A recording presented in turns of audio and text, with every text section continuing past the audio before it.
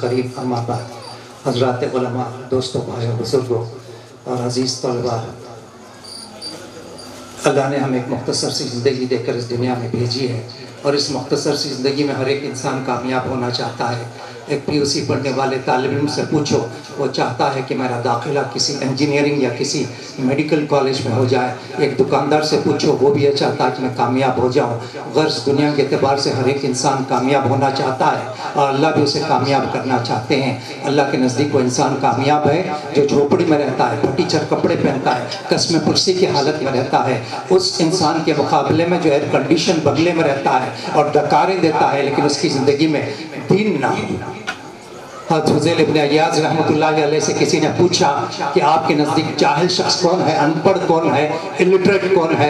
हज़रत फ़ुज़ैल इब्न अयाज़ रहमतुल्लाहि अलैह ने इरशाद फरमाया, मेरे नज़दीक जाहिल शख्स वो है जिसके नाम के साथ दो बालिश डिग्रियाँ हो, MBBS, FRCS, MRCP, MD, और दुनिया के सारे उलूम और फुलूम को पहचानता हो। अगर नहीं पहचानता, अपने बनाने वाले खालिक और मालिक को नहीं पहचानता, वो मेरे नज़दीक सबसे ज़्यादा जाहिल है। यालमून ज़ाहिरम मिनल हयात दुनिया व हुम अनिल आखिरति हुम गाफिलून। ये लोग वो लोग हैं जो दुनिया के मामले में बाल की खाल निकालते हैं, पैखने में कितने कीड़े हैं वो माइक्रोस्कोप के जरिए से देखते हैं, लेकिन जब दीन का मामला आता है तो वो नहीं जानते। अलमीन कॉलेज बेंगलोर की मशहूर कॉलेज है और उसके बहुत सारे ब्रांचेस हैं। वहाँ अक्सर तलबा 90% मुसलमान हैं।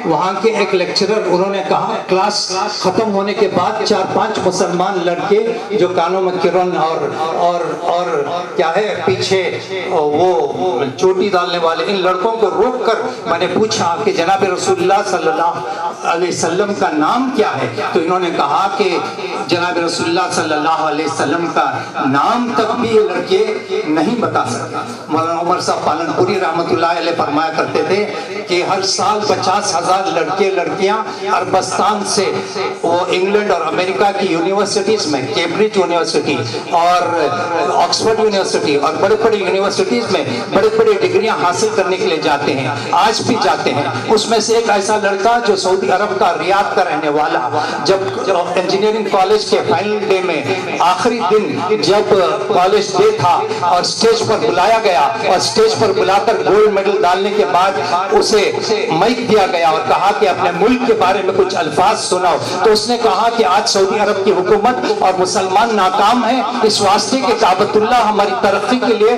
रुकावट बन चुका है। हर साल इतने अरबों खरबों रियाल हरमैन शरीफैन के तौसी के लिए और उसके रेनोवेशन के लिए और हाजियों के इस्तकबाल के लिए इतने अरबों खरबों रियाल खर्चा होते हैं, लिहाजा काबतुल्लाह हमारी तरक्की के लिए रुकावट बन चुका है। अगर यही लड़कों के अंदर दीन की तालीम नहीं होगी और सिर्फ असली तालीम होगी तो फिर क्या होगा? इसी दीन के खिलाफ गालियां देने वाले और इसी दीन के खिलाफ ये हमारे यहाँ बेंगलोर में एक मरकज के करीब एक चर्च है जिसे सेंट मेरीज चर्च कहते हैं, जहाँ हर साल 10 दिन सेंट मेरीज फेस्टिवल मनाई जाती है और बड़े बड़े अखबार में ऐलान किया जाता है कि आप जो है खरीद मत आओ, इसलिए कि लाखों की तादाद में भीड़ होती है। हर साल हमारे पास स्टैटिस्टिक्स मौजूद हैं कि इन्होंने 25 और 30 लड़कियां झोपड़पट्टे से इस सेंट मेरीज फेस्टिवल में लेकर आए और वहाँ सेंट यानी चर्च में ईसाइयत में दाखिल करवाए और ईसाई लड़कों से इनकी शादी करवाए और फिर बुरखे के साथ इन लड़कियों को वापस अपने झोपड़पट्टी भेजे कि जाकर दूसरे औरतों को इस्लाम की तरफ यानी ईसाइयत की तरफ दावत दें।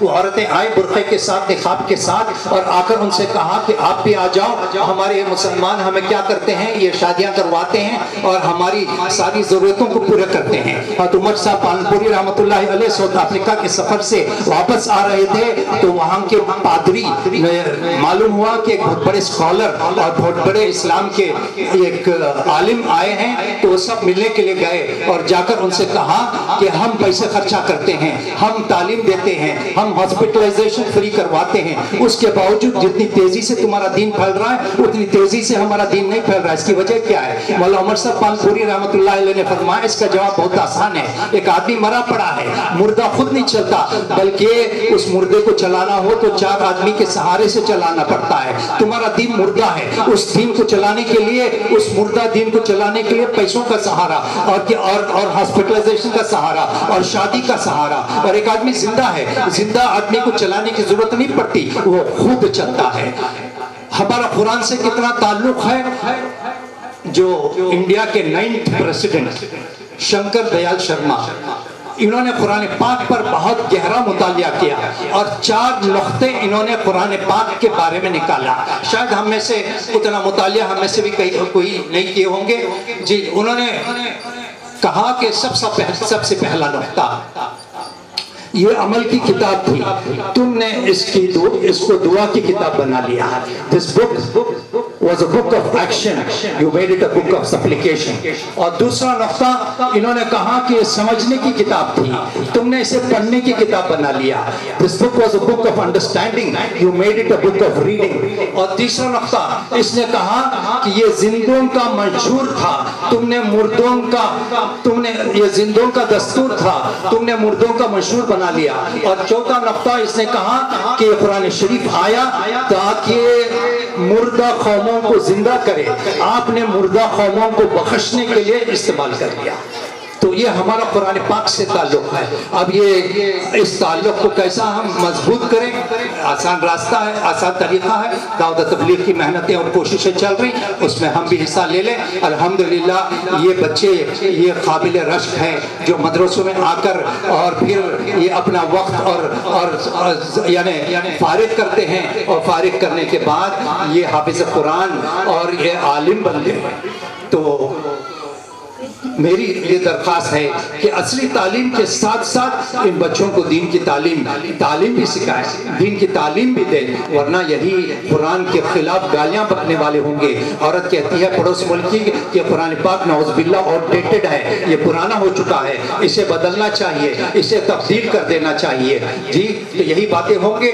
बस अल्लाह से दुआ करें कि इस मदरसे को दिन दुगनी रात चुगनी तरक्कियों से अल्लाह मालामाल फरमाए, और इसके असातिज़ा जो यहाँ मेहनतें कर रहे हैं और इन बच्चों को सही हाफिज बना रहे हैं, उनको भी अल्लाह तरक्कियों से मालामाल फरमाए। आखिर दावाना अल्हम्दुलिल्लाह।